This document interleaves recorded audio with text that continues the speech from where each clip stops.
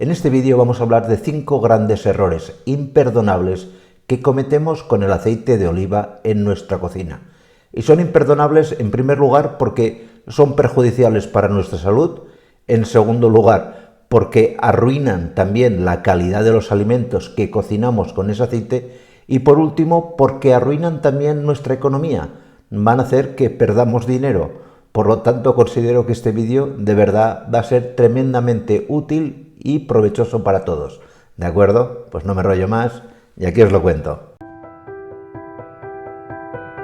El primer gran error que cometemos con el aceite de oliva es freír los alimentos con poco aceite. Nos pensamos que al poner poco aceite en la sartén el alimento nos va a quedar menos untoso. Y no es cierto. El aceite se va a absorber prácticamente todo y encima además muy posiblemente se nos pegue a la sartén. Si quieres que un alimento te quede bien frito, lo que tienes que hacer es conseguir una temperatura alta del aceite. Cuanto más alta mejor. Y que se sumerja completamente en él. Ya luego, en función del tipo de alimento, pues requerirá estar más o menos tiempo completamente sumergido. Pero no depende para nada de la cantidad de aceite que pongas en la sartén, sino más bien de la temperatura. Otro error muy común es que se nos queme el aceite. Y esto es algo muy frecuente porque echas el aceite, te pones a hacer otra cosa y cuando te quieres dar cuenta la sartén está humeando y encima quieres cocinar en ese aceite. Esto es tremendamente perjudicial para la salud de cualquiera. Las temperaturas elevadas provocan un fenómeno conocido como hidrogenación de las grasas. En definitiva, que conviertes un producto sano, como es el aceite de oliva, en un producto que tiene más tendencia a generar problemas de salud, especialmente cáncer de colon. ¿Qué es lo que tienes que hacer pues? Pues básicamente se trata de calentar previamente la sartén sin aceite al máximo y luego viertes el aceite. Y cuando el aceite alcance la temperatura, entonces añades el alimento. No tengas miedo, simplemente hay que tener la precaución de que la sartén no esté húmeda. Si la sartén está seca, no va a chisporrotear nada del aceite cuando lo añadas y cogerá rápidamente esa temperatura elevada y podrás freír sin que prácticamente se te degenere o se te hidrogene, el aceite que has añadido. Otro error súper frecuente y que esto muchas veces no tiene culpa el usuario es exponer o dejar expuesto el aceite de oliva a la acción de la luz. Porque nos queda muy bonito dejar la botella de aceite en mitad de la cocina, de una cocina soleada y que encima le incida el sol. Esto degrada mucho las grasas, mucho. Estropea el aceite. Tú a lo mejor no lo notas, pero se producen por acción de la luz solar una serie de cambios físico-químicos en el aceite que resultan perjudiciales. El aceite tiene que siempre guardarse a oscuras.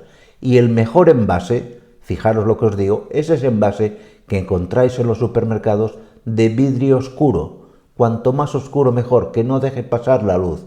Los buenos fabricantes de aceite tienen este envase, ya sé que encarece, pero los envases PET y encima transparentes en absoluto son los más indicados para el aceite. Otro error, y este además es especialmente grave, es verter los restos del aceite o depositarlos en el fregadero.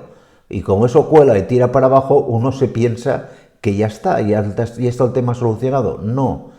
El aceite, cuando lo echas por el fregadero, enseguida pierde temperatura. Y en cuanto pierde temperatura, va depositando en las cañerías una película en la cual se van a ir adheriendo, sí o sí, productos que con el tiempo irán obstruyendo los conductos, las cañerías.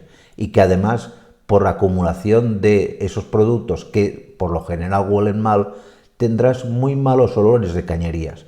Grandes problemas de conducciones de agua son debidos a verter desde hace un tiempo el aceite que sobra de las comidas por el fregadero.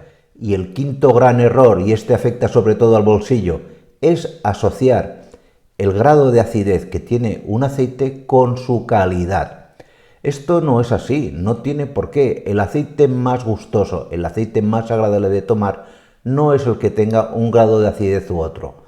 La acidez de un aceite básicamente nos da el porcentaje de ácido oleico libre que tiene ese aceite. Esto es una muy buena característica para las aplicaciones médicas que pueda tener el aceite de oliva.